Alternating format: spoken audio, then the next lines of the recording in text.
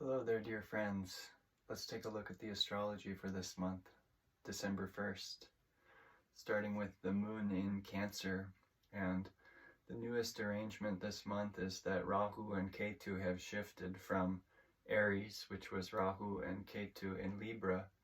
Now they've shifted, and this only happens every 18 months. So it's notable that they've gone through a big shift at the end of November. And now Ketu is in Virgo, and Rahu is in Pisces. These are always opposites, and they represent our psychology. Rahu is our tendency to forwardly project. Ketu is our tendency to recall from the past. So these two things have shifted, and if you're either a Pisces or a Virgo ascendant, this will be an essential shift for you these next 18 months in your own psychology. If it's Rahu, if you're Pisces rising, then there will be lots of forward movement in your understanding of your purpose in life, of your flaws, of your weak points, and working on those, hopefully. And we have no choice but to work on ourselves if we want to become happy. So it's worth the work. And then Ketu will be in Virgo for the next 18 months. And this is, anyone who has a Virgo rising may feel at this time a little caught by past karma. And if this is the case, if you feel this, the best way forward is to accept today how it is and to trust the process of the divine in working out this past karma.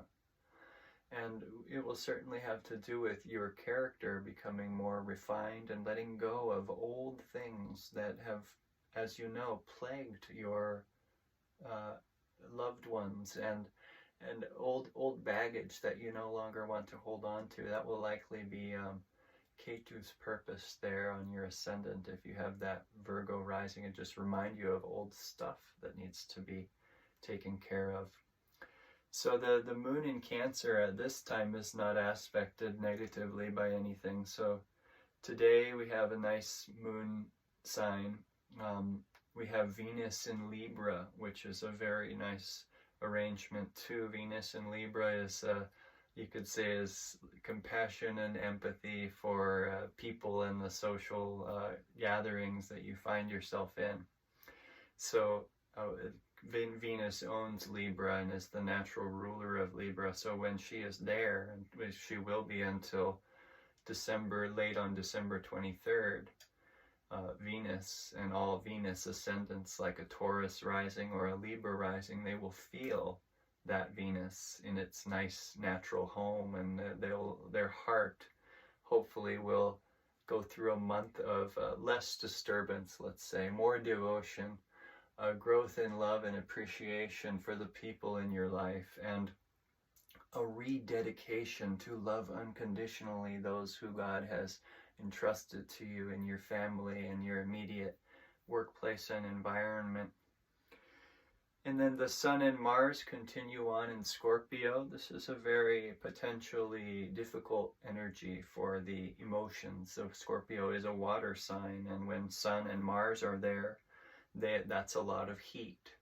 And so our emotions during this next month, there will be an influence that can also heat up the emotions, perhaps if we have a frustration in our relationship, and that Venus in Libra is kind of blocked by our upsurge in negative emotion. That's something to watch out for.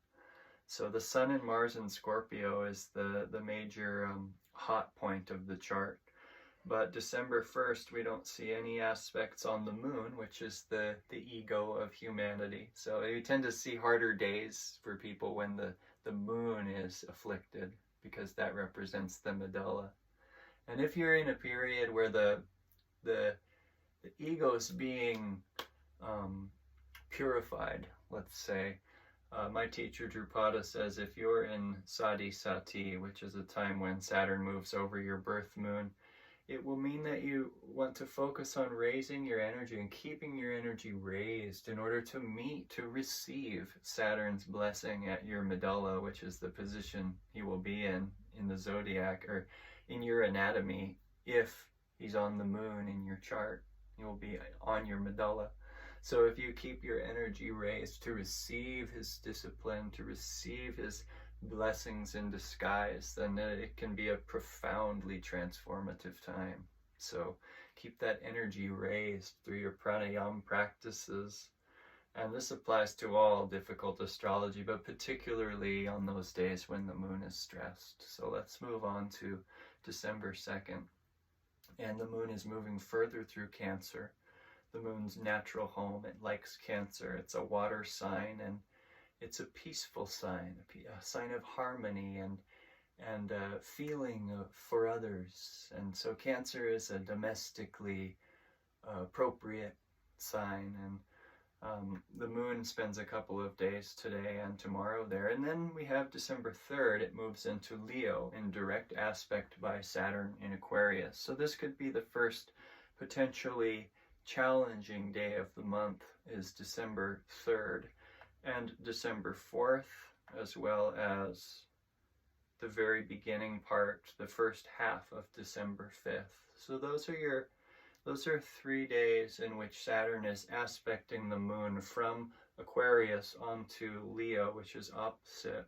And when Saturn aspects the moon, again, we need to keep our energy raised so we don't respond to our karma in an impatient or irritated way or a closed-hearted way, which Saturn can often cause us to react in that way.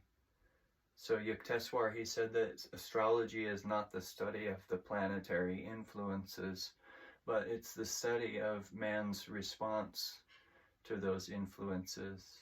And this implies that if we work on our responding to our karma, we can change our lives, and our horoscope can show further development, and we will see higher octaves manifest from energetic combinations in the chart that previously would have brought us the same old junk that we're already so tired of. So when you respond differently to your karma, you change your magnetism, and thus you change your life. So December 6th, the moon moves in with Ketu, and this will be the first time that we feel this. The moon is with Ketu in Virgo. And Ketu in Virgo, if you have any sense of a perfectionist nature, you may feel this at this time. Virgo is a sign in which it's spotless, clean, very sensitive to impurities and blemishes. So when the moon goes through Ketu, if anything from your past errors are brought up, or if you remember that there's a flaw in your nature due to some difficult circumstance, it brings it up. Oh, here's this thing again that I'm dealing with. Well, it's a really opportunistic time to expose that to the sunlight, which is your soul. It's perfect nature. It's made in the image of God. And when we lift our negative karma and offer that and ask for help in working through it, the sunlight can then bathe our moon, which is our ego, and give us insight into the way forward, at least today, at least in this moment. We can gain that insight until Maya, the power of illusion, blinds us again through our reactions to life's unpredictable chaos. So let's go ahead and move forward. We see Mercury this month is spending time in Sagittarius, and it's unafflicted. So if that will be a good thing for the Virgo or the Gemini, is that their ascendant lord is unafflicted this month, as well as Venus. Venus is unafflicted this month, and that until around December 24th, we'll get to that. So if you're a Taurus or a Libra rising, this should be somewhat of a better month for you than the months previous, which were very hard on Venus these last few months. So let's go ahead and check out as the moon moves past Ketu, and it will take December 7th to do that, and it's right up in the Ketu-Rahu axis here on the 6th and the 7th of December. And so that Rahu-Ketu, remember, this is your psychology, and it's your tendency to leave this present moment where God is. Rahu is when we leave it for future projection. Ketu is when we leave the presence of God for reflection on who we are. as separate from him. And the presence is oneness, is with Spirit. When we can live here and now as an instrument of love, we become more and more purified as a channel of God.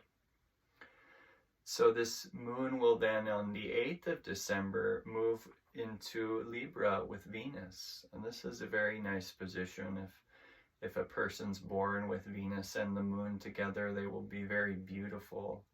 They'll have a lot of heart quality, and they'll feel most comfortable when in a heart-to-heart, deeper connection with another, and probably will be disturbed and dismayed by the lack of heart connection here in this world where there's so many whose hearts are habitually closed. So Venus and Moon is a nice day for open heart on December 8th and 9th, the Moon, and the first part of December 10th. So those are three really nice Christmassy days that will probably feel the joy of the Christ season and look forward to getting our friends and family gifts for them. But most of all, this season is about going deep in divine love for all humanity, which is what Christ is. This is the real Christ. It's not this man who lived for 33 years. He happened to develop fully the Christ consciousness, and so he was known as Jesus the Christ. But all of us during this season, in which the sun moves into Sagittarius and we see other cycles happen with this winter solstice. These are auspicious times for inner devotional merging with the divine presence. And if you feel an upliftment in Christmas time, a joy around it, that's God's joy. That's the joy of Christ. It's not the joy of presents or of nice things or of having a good job or not being on the street. It's the joy of Christ, the natural joy of the soul. So those will be likely easier to feel this on those dates, the 8th, the 9th, and the 10th. Then on the 11th, the moon moves into the Sun and Mars position in Scorpio. And this will not be an easy new moon. It will spend some time with Mars, which can be very impatient. So watch yourself and your emotional responses to people who you feel a lack of patience with, your nearest and dearest probably, or your coworkers.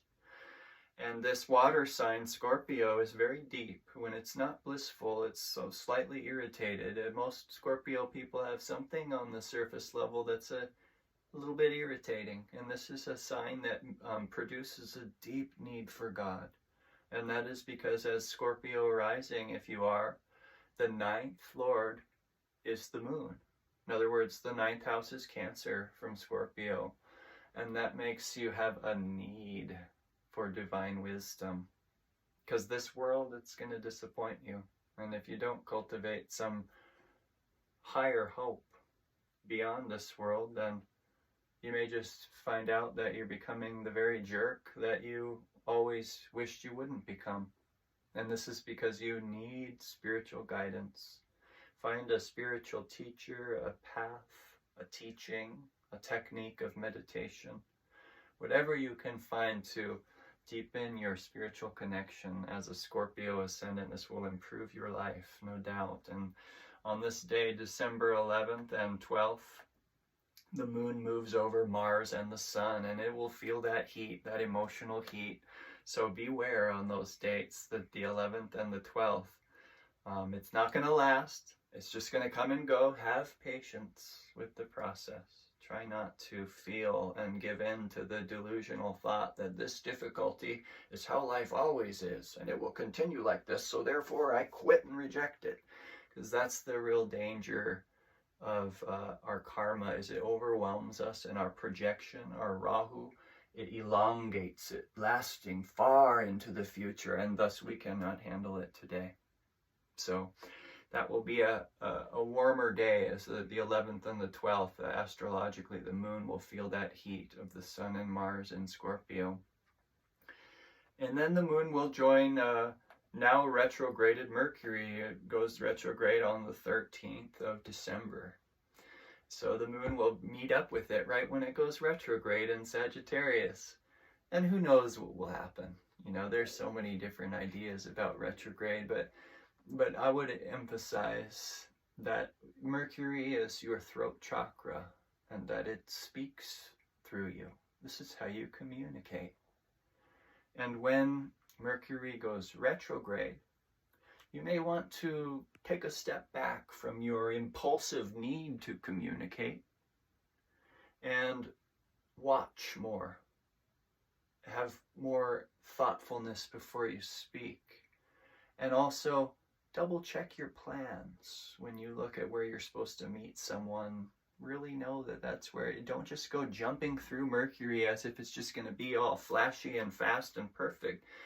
You got to slow down when Mercury goes retrograde and take a step back and reassess your approach to communication and to planning and these things. So that will be on December 13th that Mercury goes retrograde, and it may be so the rest of the year.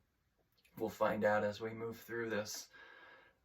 So the moon and Mercury, just one more thing. When the moon is with the sun and Mars, like I said, in that hot place in Scorpio, it's also aspected by Saturn in Scorpio. This adds another layer of a need to adhere to Dharma. And if we lose our sight of Dharma, then we will certainly do things we regret that likely harm the people we love the most, and we don't want to do that. So be aware on those days that when the moon moves with the sun and Mars in Scorpio, that it's also aspected by Saturn in Aquarius, which is a knowledge and truth emphasis. So try to not lose your sight of the higher Dharma during that time. So back to this moon moving over retrograde Mercury, that happens on December 13th and 14th. And then on December 15th, we have the moon moving into Capricorn. A great day, this one, the December 15th, to begin any project or to initiate some new endeavor. The moon in Capricorn is an awesome goal achiever. It will not give up.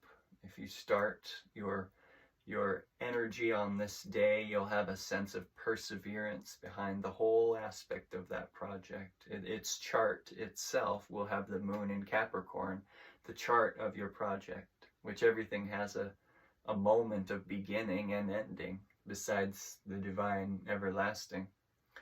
The one love that never changes is God, and everything in this world always is fluctuating. So the moon in Capricorn will last through December 16th, and then it will join Saturn on the 17th in Aquarius. A direct aspect, a direct conjunction when the moon moves right past Saturn's presence. You'll see this in the zodiac too. It will be a slightly crescent moon, a waxing moon, and it will be near the star that we call Saturn, the light that we call Saturn. And we can also call it Shani, a more reverent and appropriate term from the Indian language of Sanskrit. So Saturn and the moon in Aquarius, this would matter what house it is in your chart. If you're an Aquarius ascendant, you'll probably be real busy on these days and want to stay calm and even-minded and cheerful in the present moment while you move through this very busy period. Now, if you're a Leo rising, then it will be in the other person's life that you see this Saturn moon manifesting. So you may see difficult behavior around you that irritates you. And if this is true, try to undo it with philosophy, with your philosophy that this is a child of God. Not everyone always behaves perfectly. And let me instead have compassion rather than irritation for this person, because it will likely make me an instrument of love to help them, as opposed to someone who wants to just leave them in their suffering and get away from them. That's not channeling God, and I don't think that brings grace into our lives. When we help God's children, it's very much like helping a child whose parent is unable to reach them for some reason. God cannot reach a lot of us. And so when we help God's children, we're doing something in His grace, in His intention, in His will. We're helping His child, and He adores this, just as a father would adore another person who helped his own son. And that son may not be completely receptive to the father's wisdom or guidance, but the father will be very grateful when someone that the child is receptive to helps them. The father will be very grateful for that. So I hope you get that metaphor, that helping God's children is an act of worship of the divine. Any time that we love and give our generosity to any other living being, this is worshiping God. So the Saturn and Moon are great days, opportunities for this. And the 17th of December and the 18th, we'll have the Moon and Saturn together. The 17th will be a little bit more challenging because it's closer in degree to Saturn. And then on the 19th, the Moon moves with Rahu, and that will be in Pisces. So this could be a day, this is very spacey energy. The Moon in Rahu in Pisces would be like someone who was psychic and didn't know it. So they would be catching other people's thoughts and energies and be very disoriented as to who they thought they were. Because they might feel anger one moment and peace the next, and exhilaration one moment and laziness. And what they're really doing is they're responding to the energies they feel in the whole, in their environment, and the collective consciousness of humanity. So Pisces people are very sensitive in that way as antennas. And if you put the Moon and Rahu together in Pisces, you have like a triple layer of antennas going out of you. And the best thing to do in this case, besides pray that God help you through this time, which only lasts a couple of days, is to try to sense how you can be of service. This will tap you into God's intention.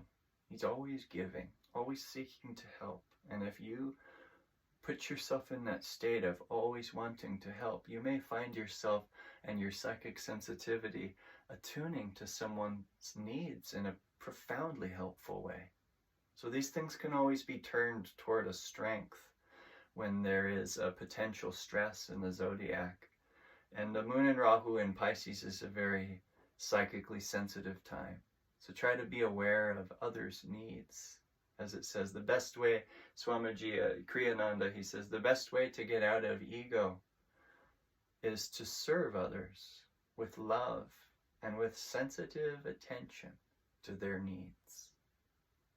So this would be an excellent time to practice that teaching. The December 19th and 20th, and that will be the Moon and Rahu in Pisces.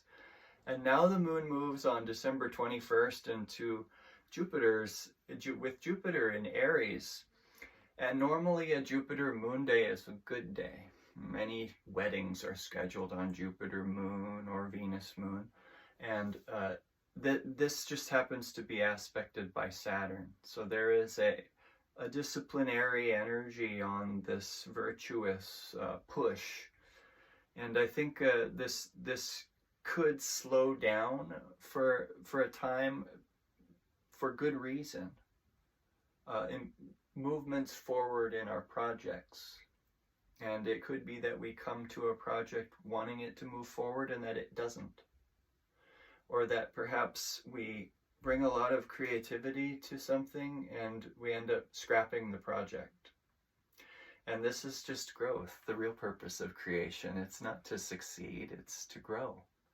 Success will be found for everyone when we transcend the ego. Otherwise, we're setting up a false stage of success that will eventually collapse when the scenes are over.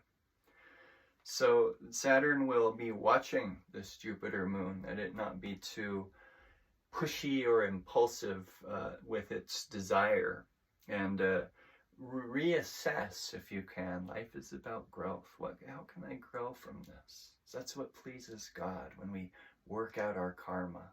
It's not when we succeed in our goals. It's when we work through the karma, because that's the only thing between us and Him. And when that gets thinner, we can feel more joyful. The great infinite source of all bliss is coming closer to us as we work out our karma. And this is why the path does get easier, because we're closer to that real inner light that guides us. It doesn't matter then how hard the challenges become when we're that close to the light. So the moon and Jupiter, usually a good day, but aspected by Saturn on the 21st of December and the 22nd. And then the moon moves into Taurus, aspected by Mars and Scorpio.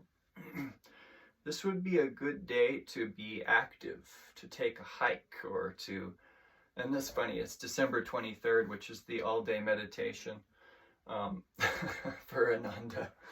So let's redirect that thought and say that perhaps this moon and Mars will bring a lot of warrior energy to that 8-hour meditation that many yogis do on the 23rd. Try to, if you can, use your inner Arjuna to master yourself in stillness. This would be an even higher octave. But if you don't find yourself meditating all day, this would be a great day to get out and enjoy nature and be active, because the Mars is aspecting the moon in an earth sign that the moon loves, Taurus. Taurus is the moon's exalted sign, and it's like Krishna's birth. It's like coming to earth to enjoy God's beauty and to nurture His plants and animals, and to enjoy His warm sun and calming light of the moon. These are Taurus features, enjoyment of this earth. And then December 24th, Venus moves with Mars, and that will remain in Scorpio for a few days. Venus and Mars, this is the classic male and female. One is very compassionate and sensitive, and the other is very rushed and rough. And these don't generally mix well. There needs to be a greater understanding of both sides. And the Mars will be too pushy. So if you're a Mars type, be aware that you might affect Venus during this time, which is the heart chakra of the people in your life. And if you're a Venus type, try to be aware that not everyone's always completely centered. And if they say something to you that's kind of mean, try to just let it go and not say anything back, and let that reflect, let that sit there. Let that Marsy person say what they wish, but don't say anything back, and see if they are able to see how the only energy in the room that's negative is coming from one person, not two. That's a good way to diffuse Mars when anger comes at you, is to be quiet and to, in your heart, feel unthreatened, and just know this person's not at their highest. They need my love at this time. And Mars and Venus only spend a couple days together. It will be the December 24th and 25th, funny enough, the Christmas Eve and Christmas. Then Venus will be alone in Scorpio for the rest of this month, and I'll tie it up now. It's been kind of a long video, but thanks for watching if you have. And on December 28th, Mars, retrograde Mercury, and the Sun are now in Sagittarius. And this Sagittarius, this is fiery truth philosophy. The Sagittarians are very dedicated to truth and seeking truth, and they love philosophy. This would be a really good time to dive into some new spiritual book you've been wanting to read, or spend some time on these days delving into your teachings, because you may absorb it in a more powerful way on this day. This is the Sagittarius fire. It consumes truth as fuel. And you have Mercury, Mars, and the Sun all present there that day. And this will continue. December 29th, Mercury then retrogrades back into Scorpio. So it will join Venus and it will continue retrograde until the beginning of the year. And I'll give you an update on that Mercury next month to do January. But Mercury moves into Scorpio with Venus, leaving the Sun and Mars together, which is, again, it's pretty hot, and now it's in a fire sign of Sagittarius. And the Sun and Mars will be together for about 2 more weeks after that. And again, that's Sun and Mars. This is the spiritual eye and your 3rd chakra. And the 3rd chakra has a lot of control issues, and this is where we find ourselves when we have to be very active in life. But if we dedicate our actions to serving God, then we're connecting the 3rd chakra to the Ajna chakra, and everything in our lives will be better, and the energy that we're asked to move and serve in different ways, it will be joyful. What we need is a surrender to God. And then that sun will take charge, which is ever steady in its light. It's, if you tune into God, you'll see you have a lot of light to give, because that's the sunlight. And if you tune into Mars, you'll feel impatient, which is the 3rd chakra wanting to control this uncontrollable reality that sometimes and oftentimes seems very chaotic and out of control. So wouldn't you rather respond rightly to the planetary stimulations as opposed to be victim to those? Because that's the study of astrology, is your response to the planetary influences. So we'll go ahead and finish out the year here on the 31st. We have the moon going, well, the moon moves through Cancer on the 29th and the 30th. It's a nice looking moon. It's just that we need to be aware of the Sun and Mars are a little bit hot. And then the very last day of the year and the first day of next year will be that moon in Leo being aspected by Saturn in Aquarius. So the New Year's Eve and New Year's are potentially difficult times. Please be careful with your partying and your celebration on the New Year's, because there could be accidents or unexpected difficulties that happen, or something that happens to you that you can't reverse for some time. So try to be, if you can, grateful that you've made it through another year, but watchful of your own ego's behavior, because you may feel when Saturn and the moon get together, there can be a lot of irritation of the ego. And if we're all in the moon, then we'll feel that. If we're all invested in our egoic intentions, which we tend to be when we're like celebrating and things. So just be aware that there could be some snags, and try to prioritize what is God's will. Can make me an instrument for love in this New Year's gathering, wherever it might be. And then the year starts with Saturn Moon aspect. So the 1st of January could also be a stressor day. But hopefully the energy of the joy of the holidays carries us right through without noticing. I'm always pretty amazed that there are many times we don't notice at all these negative placements. And then other times we really do see them. So it has to do with your chart, what's going on in your chart, and how these things will interact with what's already present in your horoscope. Thank you for listening to the December forecast. It's been a great joy to share with you, and if you've listened to the whole thing, I really appreciate you. And I'll offer some more thoughts for January at the beginning of January. Jai Guru, Jai Ma.